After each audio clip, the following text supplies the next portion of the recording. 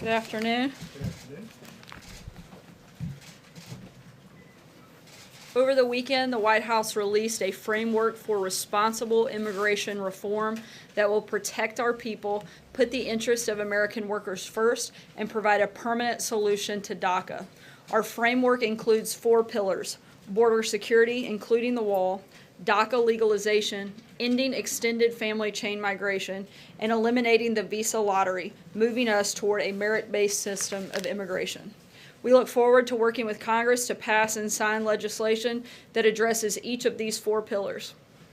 Looking ahead to tomorrow, as you know, the President will deliver his first State of the Union address.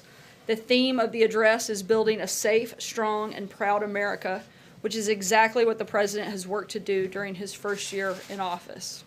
I don't want to get ahead of what the President will say during his remarks, but it will obviously be must-watch TV. But I do want to make an announcement about one of the most important traditions, the guest who will be sitting in the First Lady's box. I'll name a few of those individuals and a little bit about them. First, Corey Adams. Corey's a skilled welder at Staub Manufacturing Solutions in Dayton, Ohio. Last year, Corey and his wife were able to become first-time homeowners, and they will invest their extra money from the Trump tax cuts into their 2 daughters' education savings. Elizabeth Alvarado, Robert Minkins, Evelyn Rodriguez, and Freddie Cuevas. These two couples are the parents of 2 beautiful young girls, Nisa and Kayla, who were brutally murdered by MS-13 gang members. Corporal Matthew Bradford. In 2007, Corporal Bradford stepped on an IED while deployed in Iraq. He was blinded by the blast and lost both of his legs. After multiple surgeries and therapy, he became the first blind double amputee to re-enlist in the Marines. John Bridgers.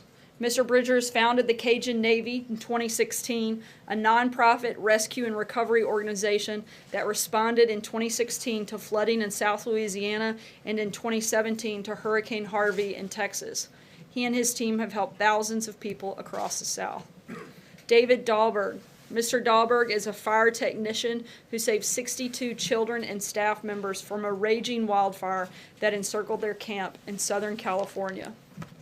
Officer Ryan Holitz. Ryan serves as a police officer in Albuquerque, New Mexico. In his 6 years on the force, he has been shot twice and experienced several near-death encounters. Officer Holitz and his wife adopted a baby from parents who suffered from opioid addiction, breaking down walls between drug addicts and police officers to help save lives. Ashley Leppert. Mrs. Leppert rescued dozens of Americans during last year's devastating hurricane season. Agent C.J. Martinez. Agent Martinez is a special agent for ICE's Homeland Security Investigations Unit. His investigations have led to more than 100 arrests of MS-13 gang members who were prosecuted for crimes including homicide, assault, and narcotics and weapons trafficking. Staff Sergeant Justin Peck. Last year, Staff Sergeant Peck was part of a team clearing IEDs from territory previously controlled by ISIS. When one of his compatriots was struck by a blast, he rushed to their side, saving their life while risking his own. Preston Sharp. Mr. Sharp has organized the placement of more than 40,000 American flags and red carnations on soldiers' graves as part of his goal to honor veterans in all 50 states and to challenge others to join the Flag and Flower Challenge. Steve Staub and Cindy Keplinger. These siblings started Staub Manufacturing Solutions 20 years ago. Thanks to the Trump bump in the economy, they were able to grow to new heights in 2017, and thanks to the Trump tax cuts, they were able to give all of their employees larger Christmas bonuses. Some of these individuals' stories are heroic, some are patriotic, others are tragic, but all of them represent the unbreakable American spirit and will inspire our nation to continue growing stronger, prouder, and more prosperous. And with that, I will take your questions. John. Sarah, the news came down in the last hour that the Deputy Director of the FBI, Andrew McCabe, is stepping down. And we get reaction from the White House, and as the President back at the end of December was tweeting about Andrew McCabe in a less than effusive praise manner. What's he thinking about him stepping down? Look, we've seen the numerous reports, as all of you have, And any specifics, I can tell you none of this decision was made by that of the White House, and any specifics I would refer you to the FBI, who I believe will be making a statement later today. You say that the White House was not involved in the decision, but clearly the president seemed to be involved in a public relations campaign against McCabe. Oh, look, the president stands by his previous comments, but in terms of the situation today, as I just said, we've seen the reports just as all of you have. We don't have any specific comments, and I would refer you to the FBI for any specifics on the things that are taking place today. Jill? So when you say that you've seen the reports, does that mean that the president was not informed by anyone at the FBI that this was happening? Has he had any conversation with anything there? No, he hasn't. Cecilia? Can you say definitively then that the president did not play a role in Andrew McCabe stepping down? Yes, I didn't say the president wasn't part of this decision-making process, and we would refer you to the FBI, where Christopher Wray serves as the director, which, as I said last week, and I'll repeat again today, the president has full confidence in him and has put the decisions at the FBI in his hands. And did the president at any time convey that he wanted to fire Robert Mueller to anyone on the staff here? Not that I'm aware of, actually.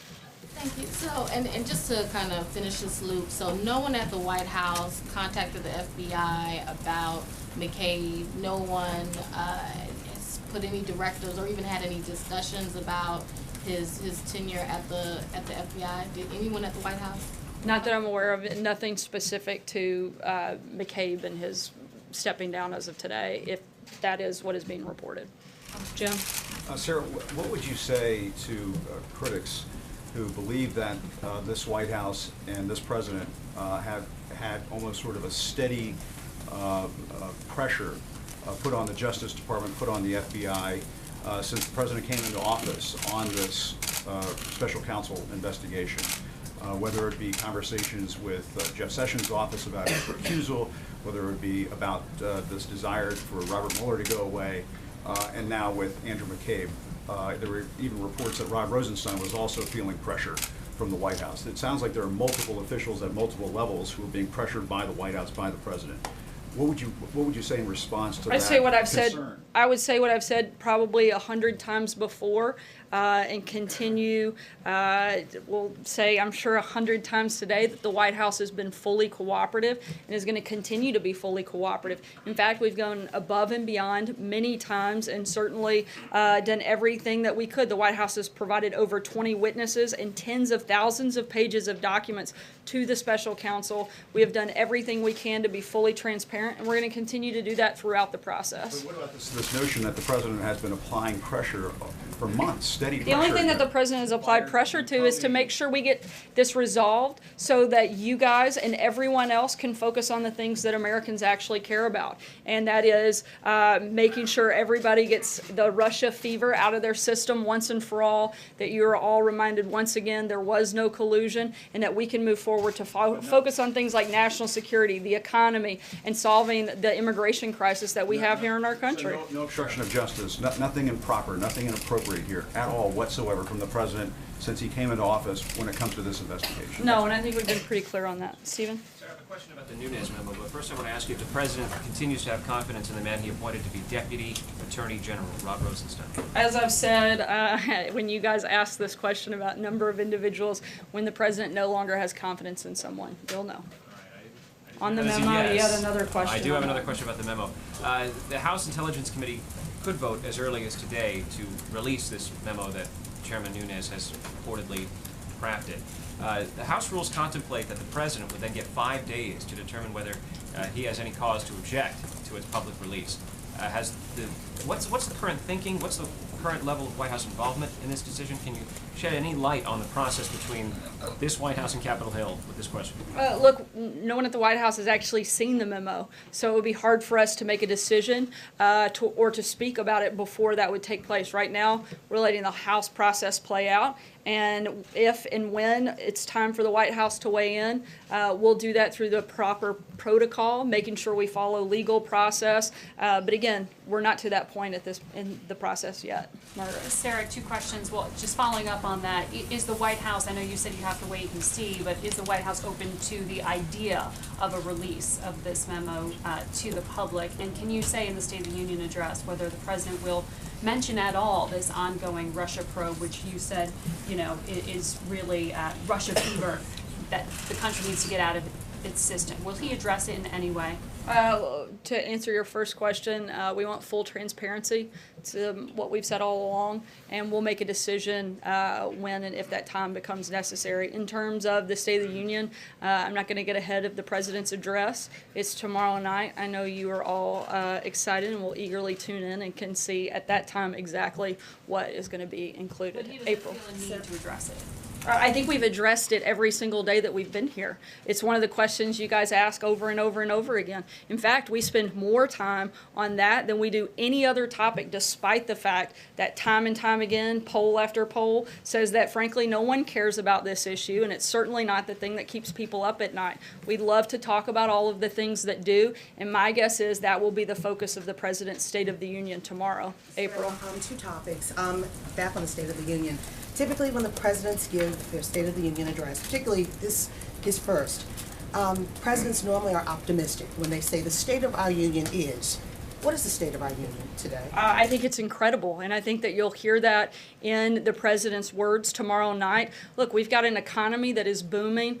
ISIS is on the run. We're remaking the judiciary in a way that actually believes in upholding the Constitution. There are some great things happening in this country, and I think you can expect to hear the president talk about a lot of those, not only what we've been able to do in the first year, but all of the great things that we're going to do in the next 7 years after this. On the second topic, I want to go to this issue of black unemployment. One, is the president going to start targeting black unemployment as he's saying that unemployment has gone down over his watch? I've never heard of a targeted approach from this administration. And is this administration aware that the black unemployment rate from December, 6.8%, the white unemployment rate is 3.7%, the Asian unemployment rate is 2.5%, and the Hispanic unemployment rate is 4.9%. The black unemployment rate continues to be higher, and it's actually 2 times that, more than 2 times that, of the white unemployment rate. So is that something that this administration is touting, or they're trying to fix, make an active effort to fix in 2018? Look, I think you can see from the steps that we've already taken that we're trying to fix unemployment for all Americans. That's the point that the president has made time and time again, is that he wants it to be better for everybody. And we've made significant progress in that, both through the number of regulations that have been cut to make this a more job-friendly market, a more job-friendly environment, and certainly adding to that the tax cuts and tax reform legislation that the president led on has been historic in what has happened and in the way that it has helped our economy and certainly helped create jobs across the country. Why did he take issue with Jay-Z then, when he was just talking in terms of black America? He took issue, has he seen my black, and he screamed with caps, all caps, has he seen my black unemployment number? Because they're better than they have been, and we're certainly making progress, and we want to continue to do that. Look, we want every day to be better than the day before. And again, certainly for black Americans, for Hispanic Americans, across the board, this is a president who wants life to be better for all Americans, and he's going to keep fighting and pushing for that. And I think you'll hear him talk about that again tomorrow night. John? Thank you, Sarah. The former Attorney General of the United States, Eric Holder, described Andrew McCabe as a dedicated public servant who has served this country well. Would the president, would you describe him in that same manner? Look, I don't have a personal relationship with him, so I'm not going to describe him. I think we've talked about some of the concerns that we have with some of the actions that he's taken. But in terms of anything specific regarding the deputy director, particularly the news reports of today, I would refer you to the FBI. Francesca? The president, based upon past tweets that he's put out regarding Mr. McCabe, does not seem to be a big fan of Mr. McCabe. Is he disappointed that he's leaving his post as the deputy FBI director? I haven't asked him if he was disappointed. I can tell you he didn't play a role in any of that process, and again would refer you to the FBI for any specifics. Francesca? Thank you, Sarah. In one of the president's tweets in December, though, he did say that Andrew McCabe is, quote, racing the clock to retire with full benefits, 90 days to go. So does the president believe that Andrew McCabe should be allowed to retire with full benefits? Again, I would refer you to the FBI for any specifics around the news of today of his stepping down. I have a question about the State of the the Union. You mentioned who was going to be in the First Lady's box at the State of the Union. You talked about a lot of the different guests, but I didn't hear anything about the President's family. Can you say which of the President's family members will be there? And can you also potentially preview for some of the travel that the President might take? Usually the President takes travel to push his agenda afterwards. In terms of family, all of the President's children, along with the First Lady, will be at the State of the Union with the exclusion of Barron. I don't believe he will be attending as of right now. And in terms of travel, we will keep you posted on any scheduling announcements that we have over the week. Margaret. Thanks, Sarah. I want to ask you a question about the 5G network, but also, before I do that, Treasury is set, I believe the deadline is today, to release 2 Russia related reports in Congress. Can you tell us whether that's actually going to happen today, and whether the names on the oligarchs list will be public, and on the impact on sanctioning? Will portions of that be public also? We do expect the reports today, and I would refer you to the Department of Treasury for any specifics on that as that happens. So if that's something you guys can coordinate, that would be really helpful. On 5G... We're coordinating, and I'm telling you that they're taking the lead, and for questions specific to it, you should reach out to the Department of Treasury in terms of timing. I'll let them know that you said they can tell us. On 5G, I know there's a lot of speculation about what might happen and whether there is a security case to make for one secure network, but some experts, including the Republican FCC chair, I guess, are a little concerned about the idea of one nationalized network. Can you bring us up to speed on whether that idea is dead or very much still alive, where that stands? Look, as we outlined in our national security strategy, I believe it was actually on page 19, a few people will be proud of me for memorizing that. We discussed the need for a secure network. Right now we're in the very earliest stages of the conversation. There are absolutely no decisions made on what that would look like, what role anyone would play in it, simply the need for a secure network. And that is the only part of this conversation that we're up to right now. Just one network or multiple possible look, there are a lot of things on the table. Again, these are the very earliest stages of the discussion period, and there's been absolutely no decision made other than the fact the need for a secure network. Dave. Thanks, Sarah. Tomorrow night, will the President talk about an urban revitalization plan? As I said before, I'm not going to get into the details beyond what was already discussed last week on the State of the Union, but I do think it's something worth tuning into for all to see. I'll take one last question. Hunter? Thank you, Sarah. So the President has repeatedly touted black unemployment when faced with allegations of racism. Given those numbers, the low black unemployment, why do you think so many in the African American community are still so uncomfortable with the President?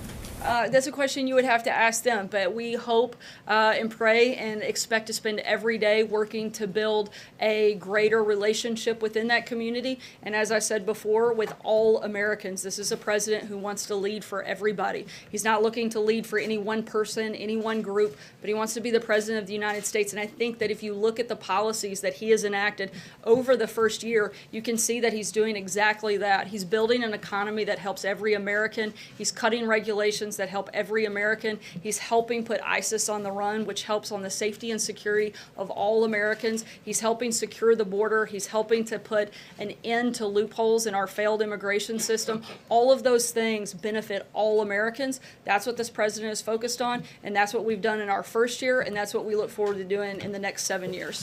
Thanks, guys.